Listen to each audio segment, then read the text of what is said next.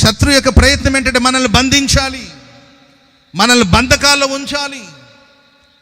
ఎవరైనా కానీ ఖర్చు పెట్టి విడిపించాలని కోరుకుంటారు. ఎవరైనా పోలీస్ స్టేషన్లో పెడితే, బంధకాలు పెడితే డబ్బు ఖర్చు పెట్టి ఏంటండి మొత్తం మీద అతని ఆ బంధకాల నుండి బయటికి తీసుకోవాలని ట్రై చేస్తారు. కానీ శత్రు మనం ఎప్పుడు బంధకాల్లో ఉండాలి, మనల్ని బంధించిన కొరకు ఆడు ఎంతైనా ఖర్చు పెడతాడు.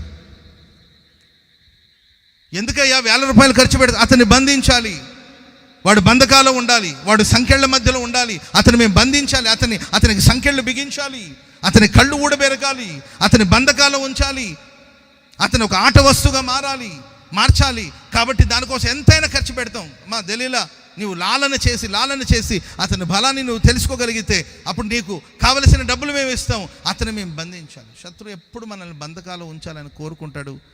మనం ఆరాధిస్తున్న దేవుడు అంటాడు, నువ్వు భయపడవద్దు, విడిపించడం కొరకే, బంధకాల నుండి వెలుపలకు రప్పించడం కొరకు నేను నీకు తోడై ఉన్నాను. చప్పట్లు కొడుతూ ప్రభుకు స్తోత్రం చెప్పండి అందరు గట్టిగా హల్లెలూయా.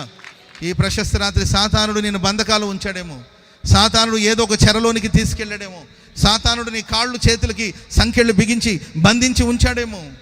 కానీ నా దేవుడు తోడుగా ఉన్నాడు. నేను బంధకాల నుండి వెలుపలికి రప్పించే దేవుడు, సంకెళ్ళు తెంచే దేవుడు. చీకట్లో నుండి ఆశ్చర్యకరమైన వెలుగులోనికి ప్రభు నడిపించాలని కోరుకుంటున్నాడు.